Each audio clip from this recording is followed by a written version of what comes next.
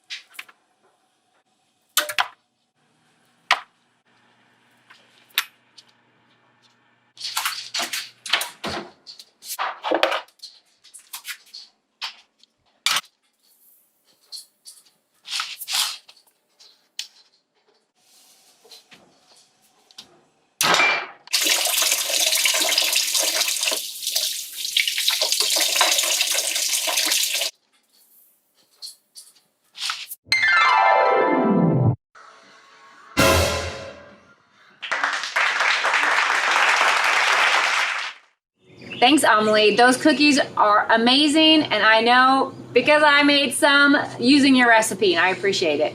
Now, Amelie did send us a fully edited video. She did the filming on her camera, and she edited and sent it in to me. So I appreciate that, but guess what? You don't have to do that. If you just have footage and no way to edit, send me the footage, and I will edit it for you, no problem. Or if you don't have a camera you can use your cell phone. Anything you have, it will work, and we'll have a good time learning a new skill that you could teach us how to do, because we want to learn from you for a while, okay? So go ahead and send your footage to studionplnashville@gmail.com. That's studionplnashville@gmail.com. Send me your fully produced videos or just send me the footage. Either way, and we'll see what we can learn next on Studio NPL. Oh, are we done? Because I really want to eat one of these cookies. All right, good. They really are good.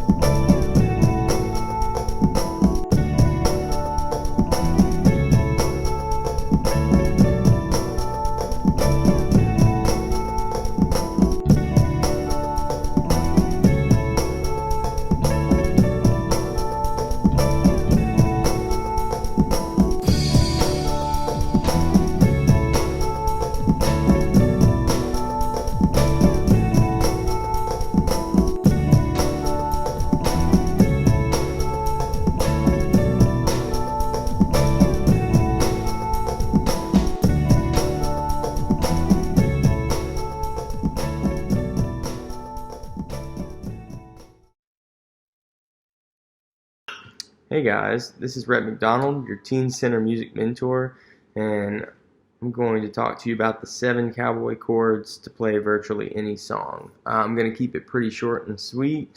I'm just going to tilt the camera down a little bit to see the guitar neck and just show you the chords. Okay, so when you're playing the key of G, you're going to start with the G chord, go to the C chord. Those are the same chord, but these are just little different inversions of them. The D chord. Those might be your most common cowboy chords. So, and in the relevance of the Nashville number system, which we'll talk about at another time, this is 1, 4, 5. So G, C, D. Also, you'll have the 2, the A. Now that's an A minor, that's an A major. You'll have your 3 chord, the B, that's a B minor, that's a B major. So we've done our 1, 4, 5, the 2, and the 3. In order, obviously, it would be 1, 2, 3, 4, 5. Then you have your 6 chord, the E, oftentimes the E minor in this key of G. That's your E major. Then you'll have your 7, the F. So we've done 1, 2, 3, 4, 5, 6, 7. Now a great resource for getting the exact fingering of these chords, because it just is a little confusing for me to sit here and show you when this is reversed, because I'm on a front-facing laptop camera. That's just really confusing. The best resource is ultimateguitar.com. It's a tablature website. It'll show you the tabs to any song that is relatively guitar driven. So it really just shows you where you put your finger on each string, how to play each one of these chords. So knock yourselves out. Those are the 7 cowboy chords to play virtually any song. Hey guys, welcome to Tween Seed Scene, the home edition. My name is Miss Magda. I'm the teen librarian at the Bordeaux branch, and this is my house, y'all. So what are we going to do today? We're going to plant some seeds. Well, how are you going to do that? Because I've got empty toilet paper rolls. I'm sure you have a million of these by now, right? What else do we need? We need some dirt. So I prefer you to have potting soil, but you can go outside and just get dirt. Just like try to knock off as much grass as possible. We also need scissors and we need seeds. Now, normally I would tell y'all to come to the library and get your free seeds with the seed exchange, but we're closed right now and we miss you very much. The farmer's market would also be a really good place to get seeds because you can harvest it straight out of that or your CSA, but they're also closed. So this is what we're going to do. I'm sending you on a mission to the dollar store or maybe the drugstore because they also have seeds. For about $1, $3, you can get a whole batch full that'll be enough to fill an entire bed of vegetables. Also, I suggest you to get a plate, just, a plastic tray of some sort. This came from takeout, so that could be an option. Let's get started. So what we're going to do is we're going to take our perfectly normal empty toilet paper roll and we're going to squish it. So squish, squish. So that's one side. Let's flip it 90 degrees and go the other side. Bop, bop, bop, bop, bop, bop, bop. And now, because it's flat, we're going to cut it in half because we don't need all that. Now, your beautiful round roll is now a square shape. And we're going to tighten up those creases because we're going to use them as a guide to make flaps I'm going to cut up the center here, half, half, half, and half. And now we're going to fold it like closing in a box, okay? So you're going to take flap 1, flap 2, flap 3, and here's the tricky part. You're going to take flap 4 and you're going to tuck it underneath flap 1. So come on, baby, you can do it. Yes, I talk to inanimate objects. I've been in quarantine for the last month. So we're going to tighten up those edges, and boom, you have a box in which you now are going to put some dirt. So you need about 2 tablespoons or so. Don't have to be precise about it. And after you've made your mess, because you're going to make a mess, please clean it up. After all, if your parents get mad at me, they're not going to let me hang out with you anymore. And that would make me very sad. So please, keep your parents happy. Next, we're going to take our seeds. And we're going to see what the instructions are for the seed. Yes, it's the library. I want you to read the instructions. Plus, this lovely instructions for pumpkin counts for the summer reading challenge. So let's see what it says. Sow 2 to 3 seeds in a 2-inch pot and thin to the sturdiest seedling before transplanting into a mounded soil. And then it says also to sow the seeds about 1 inch deep. Okay, so it's going to give us a little bit more information, but that's all we need right now. Now it said to sow them in a 2-inch pot. How am I supposed to know that without a ruler? Oh wait, I have a finger. Fun fact, did you know each knuckle on your finger is about 1 inch long? So if you just need to guess at something, your finger makes a great ruler. Said our seeds need to go in a 2-inch pot. Well, look at that. It's a little bit less than 2 inches, but I think it's going to be okay. It also says to sow our seeds about 1 inch deep. So that's about right there. I'm going to stick my finger straight in there, baby. About 1 inch deep. That's where my seed's going to go. And it says we only need 2 to 3 seeds. So all these seeds that came out of here, I'm just going to grab 2 of them. Boop, boop. Because in theory, each of those seeds are going to grow up to be a plant. Now, I'm going to stick it over here with my little friend. More pumpkin seeds. And that's it for now. Until it starts getting hungry. How do you know a plant's hungry or thirsty? You put your finger in it, guys. If the dirt is dry, water it. It's only going to need a little bit at a time. That's fine. Also, when your plant starts getting to be about 3 inches tall, from here to here, boom, boom, I would transplant it. Now, you can take these things straight outside, plant them straight in the dirt, because you know what? Cardboard is not only recyclable, but it's also compostable and biodegradable. Means it can go straight in the ground and it'll be great. No problems. When they get too big for going and you don't have a place to go outside, that's okay. Just find a nice sunny window and you can transplant them into a pot of your own making. That's a little bit bigger, maybe a soda bottle cut in half, or a bigger box, or even your peanut butter jar. Just make sure when you half it up here, you're going to put some holes in the bottom so that the extra water can get out. And then you're just going to put that straight on your tray so that it can get an extra drink later. Hey, let's see how my plants are doing. These are the ones that I planted right at the beginning of quarantine. Got some tomatoes and chives and some peppers. Now these are pretty beautiful. I'm getting really excited. Looks like my tomatoes probably need to go outside or get a bigger pot. I'd love to see what you do. So why don't you comment below or share us with pictures on Instagram. You can find Nashville Public Library at now@NPL. And the rest of the NPL universe is going to provide even more fun. So watch this channel. Next Thursday, we'll be back.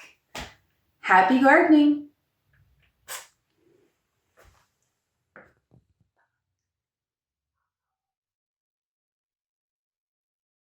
The following video discusses the importance of being safe when talking to people you don't know online.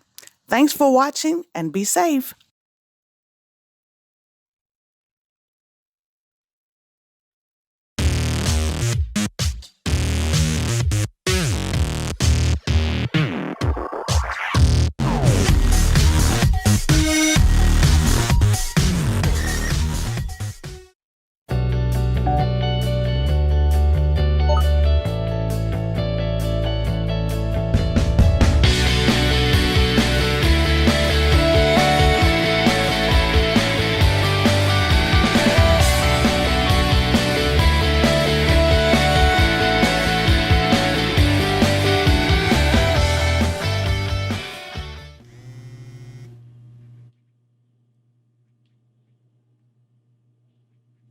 Earth to Georgie. Who are you texting? Just Alex.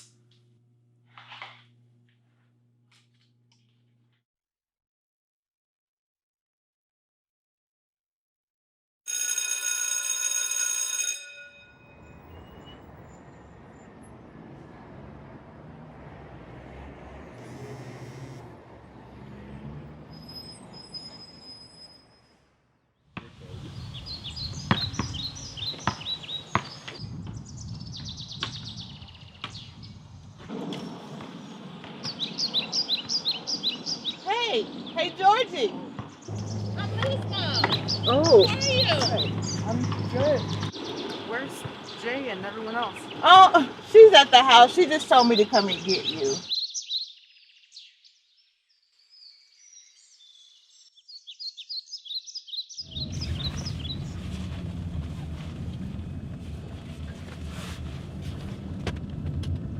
Shoot, I think I left my phone at the park. You did? Yeah. Oh, no. Could we go back? Oh, you won't need it. I'll call somebody to come get your phone. Don't worry about it. I'd feel better if we just, like, maybe you could drop me off. I'm running late, so nah, we'll be back.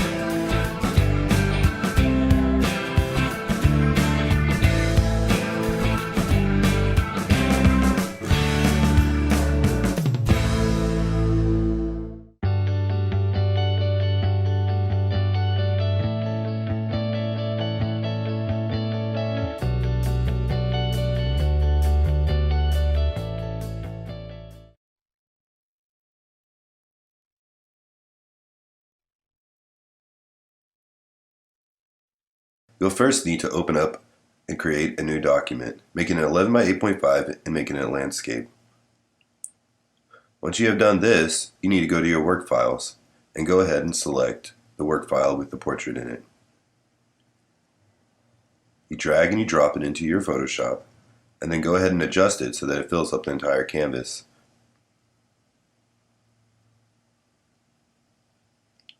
Once you have done this, you hit enter, and then you rasterize your image by clicking to the left of the actual image in the layers panel. Once you have done this, you'll want to go ahead and select the magic wand tool, or use W as a shortcut key. Click the background and start hitting delete. You want to eliminate as much of the background as possible, but remember that it doesn't have to be perfect for the workshop that we're doing today.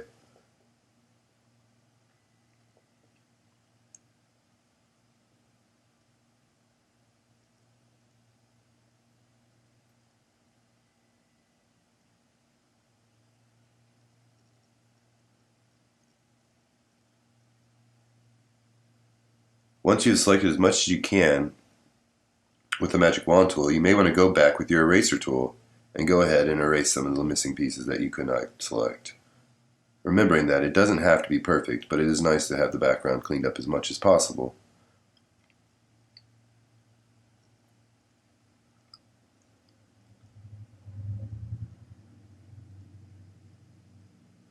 Next, you want to select your other work file, the one that you're going to merge with your portrait file. Go ahead and shape this and expand it the way you want to. But first, lower the opacity. Lowering the opacity helps you see where it's going to line up on your other image. So go ahead and expand your image so that it fills up and covers most of your second image.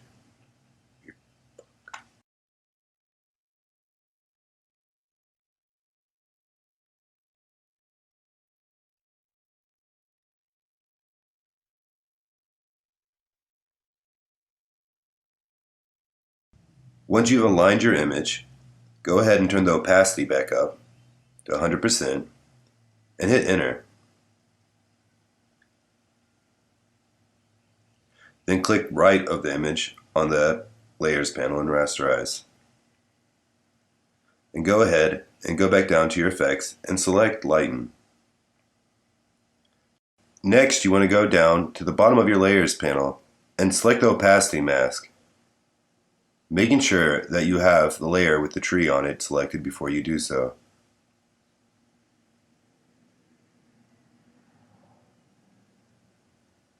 Once you've selected the layer mask onto that image, you can then select the paintbrush or the B for brush tool, making sure that your paint colors are set to black and white, which will add or subtract from your image.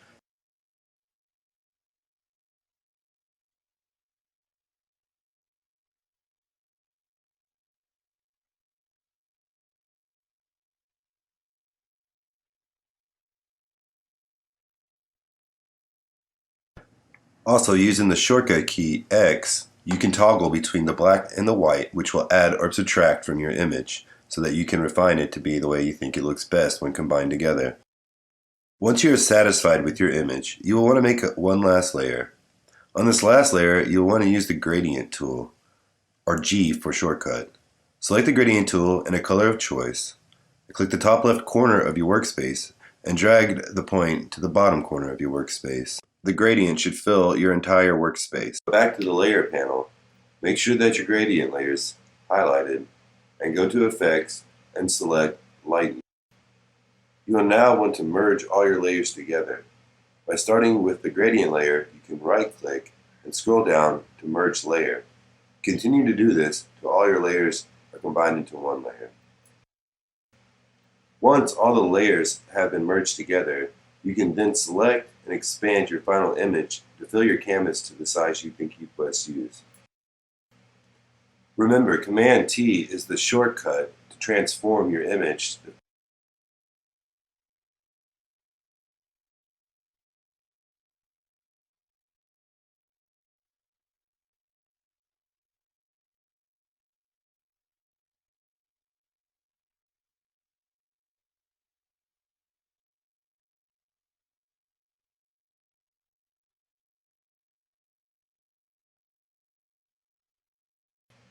Once you have completed this workshop, you'll want to save your work. You want to save one as a Photoshop document and one as a JPEG document. By right-clicking File Save or hitting Command S, you can then bring up the Save menu. Make sure you're saving to the correct folder and make sure you're saving it as the correct file type. Also, make sure you rename your final project so that you know how to locate it later.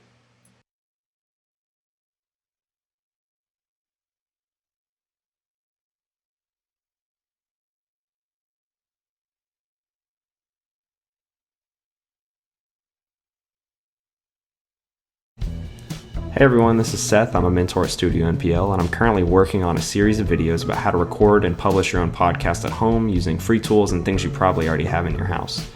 The first video I made in this series was about different types of microphones, recording techniques, and editing software you can use, but it's a little difficult to record a podcast all by yourself. So in this video, I'll be talking about ways that you can record a podcast with friends even though everybody's practicing social distancing right now. The best way to do this is probably ways you're already using it to talk to your friends right now, whether it's phone calls or video chats with things like Google Hangouts, Zoom, and Skype. The only problem is that you have to find a way to be able to record this audio and so that you can edit it and publish it for other people to hear. The best way to get the recordings of each speaker on your podcast is to have each of them record their own audio at home and then send that all to whoever is going to be editing the podcast. Though it gives you the best quality, it's also the most complex though, because it requires everybody to not only have the equipment to record at home, but to be pretty knowledgeable in how to use that and everything. And also it makes it more complex because you have to record while you do your video call as well. So there's just more steps to it. And it also opens up kind of more doors for technical difficulties, or, maybe somebody didn't press record or somebody recorded with the wrong microphone. But it'll give you the best results because it allows your editor to use the noise effect tool I showed you in Audacity last time.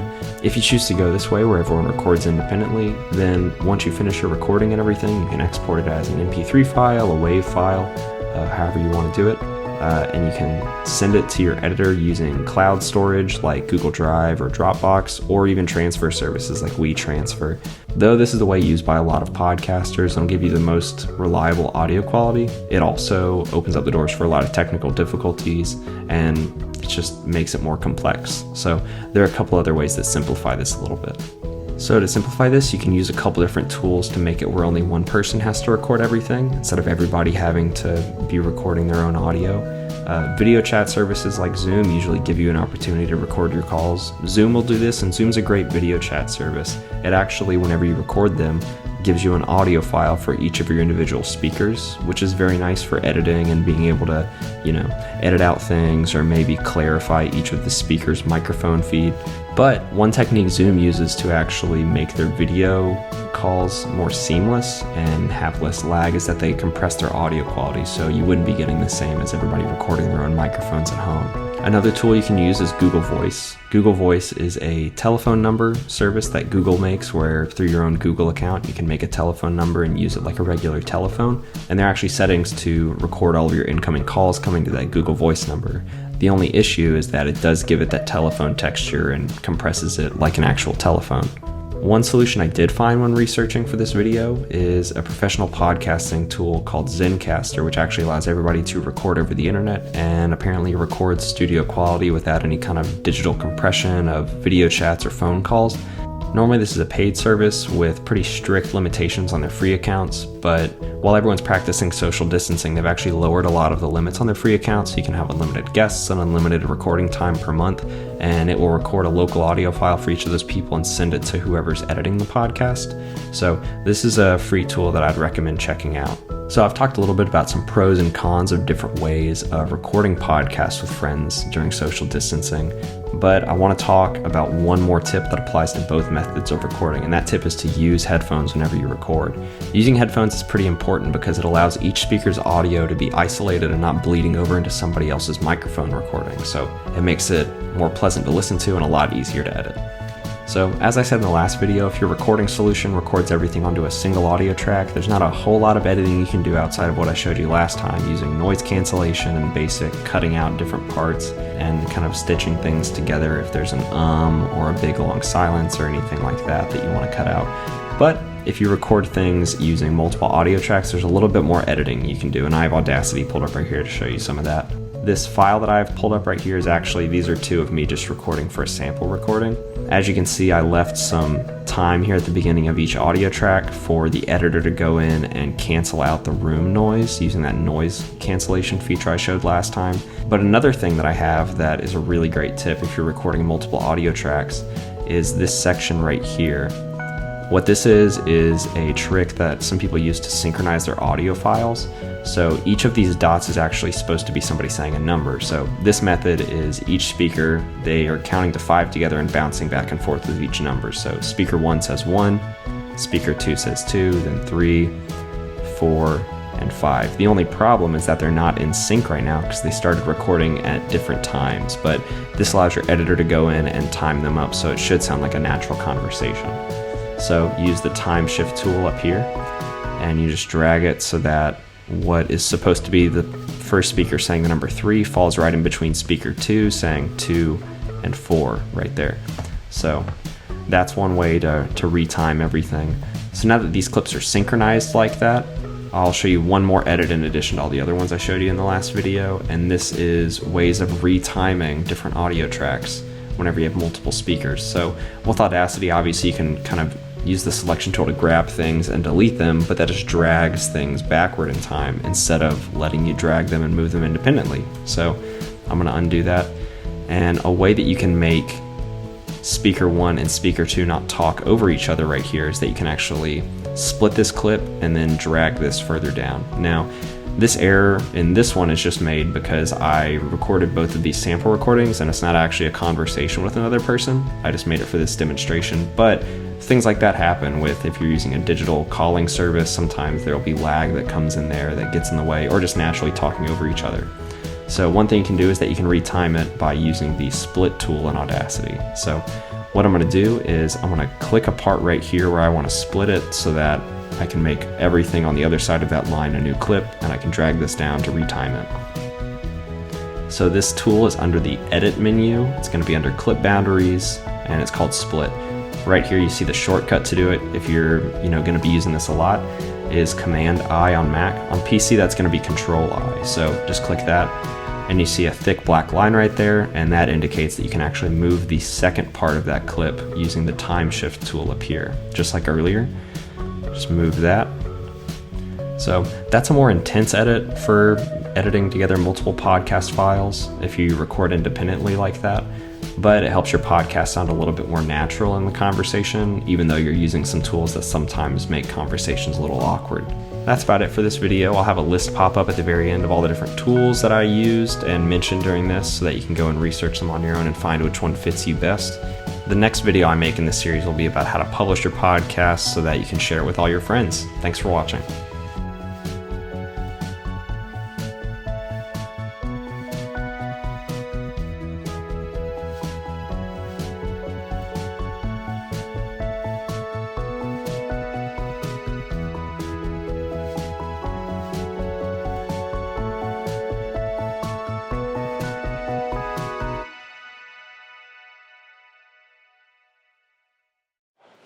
Hi, welcome to Studio NPL's Film Challenge. Okay, so the rules remain the same. Your film must be less than 2 minutes long and it must be family friendly. That means no R-rated. You're going to email me your film at studionplnashville@gmail.com by 5 p.m. on Monday. Okay, here is this week's film challenge. One thing we want to include is a graphic match. That's part of the image category this week. And the graphic match is a way to connect two shots by having similar compositions in each. So, for an example, you could have a shot of the sun in the center of the frame and move to a baseball the same size as the sun in the same spot of the composition.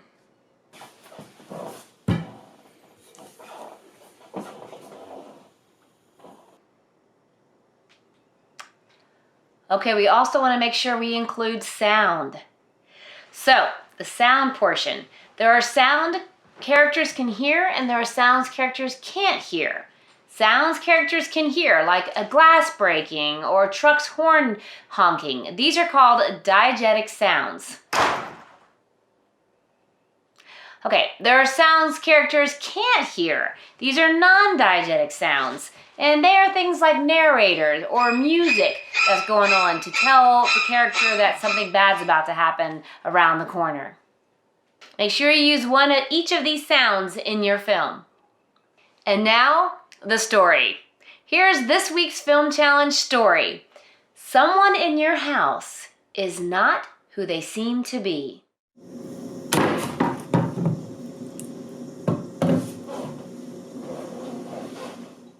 Okay, now here's a couple tips. Just something to think about when you're making your movie. You want to think about the ticking clock. That is one of the most common ways that filmmakers use to drive the story forward. Somewhere where we have to be in Nashville by Tuesday.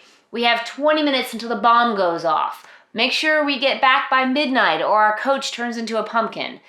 Adding these sorts of deadlines can make it easy for the audience to understand the urgency of your character's problems. So maybe try putting a ticking clock somewhere in your film. Okay, Good luck. Don't forget to send your film to Studio NPL Nashville at gmail.com. I need to have it by Monday, 5 p.m. Thanks for joining me at Studio NPL.